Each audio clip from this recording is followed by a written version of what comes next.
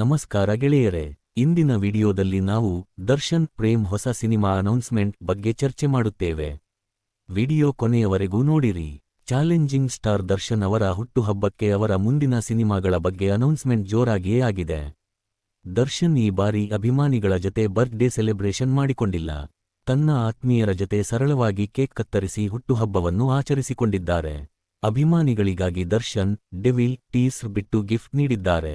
ಮಿಲನ ಪ್ರಕಾಶ್ ಅವರ the devil teaser release ಆಗಿದ್ದು, ಇದನ್ನು ನೋಡಿ ಫ್ಯಾನ್ಸ್ಗಳು ಸಖತ್ ಖುಷಾಗಿದ್ದಾರೆ.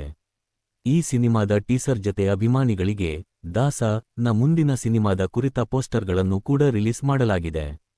ನಿರ್ದೇಶಕ ಜೋಗಿ ಪ್ರೇಮ್ ಜತೆ ದರ್ಶನ್ ಸಿನಿಮಾ ಮಾಡುತ್ತಿರುವ ವಿಚಾರ ಅನೌನ್ಸ್ ಆದ ಬಳಿಕ ದೊಡ್ಡದಾಗಿಯೇ ಸದ್ದು ಮಾಡಿತ್ತು. ಕರಿಯ ಹಿಟ್ ಬಳಿಕ ದರ್ಶನ್ ಪ್ರೇಮ್ ಅವರು ಮತ್ತೆ ಯಾವಾಗ ಸಿನಿಮಾ ಮಾಡುತ್ತಾರೆ ಎಂದು ಕುತೂಹಲದಿಂದ ಕಾಯುತ್ತಿದ್ದ ಫ್ಯಾನ್ಸ್ಗಳಿಗೆ ಈ ಸುದ್ದಿ ಥ್ರಿಲ್ ನೀಡಿತ್ತು.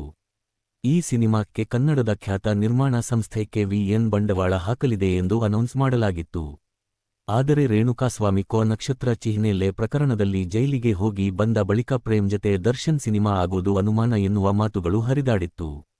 KVN ಕೂಡ ನಿರ್ಮಾಣದಿಂದ ಹಿಂದೆ ಸರಿದಿದೆ ಎನ್ನುವ ಬಗ್ಗೆ ಗುಲ್ಲಾಗಿತ್ತು. ಇದೀಗ ದರ್ಶನ್ ಹುಟ್ಟುಹಬ್ಬದ ದಿನ ಸಿನಿಮಾದ ಪೋಸ್ಟರ್ ರಿಲೀಸ್ ಮಾಡಿದ್ದು ಎಲ್ಲ ಗೊಂದಲಗಳಿಗೆ ತೆರೆ ಬಿದ್ದಿದೆ.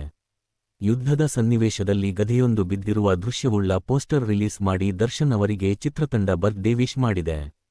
ಆ ಮೂಲಕ ದರ್ಶನ್ ಪ್ರೇಮ್ ಸಿನಿಮಾ ಬರುವುದು ಪಕ್ಕಾ ಎನ್ನುವುದನ್ನು ಅಧಿಕೃತವಾಗಿ ಹೇಳಲಾಗಿದೆ.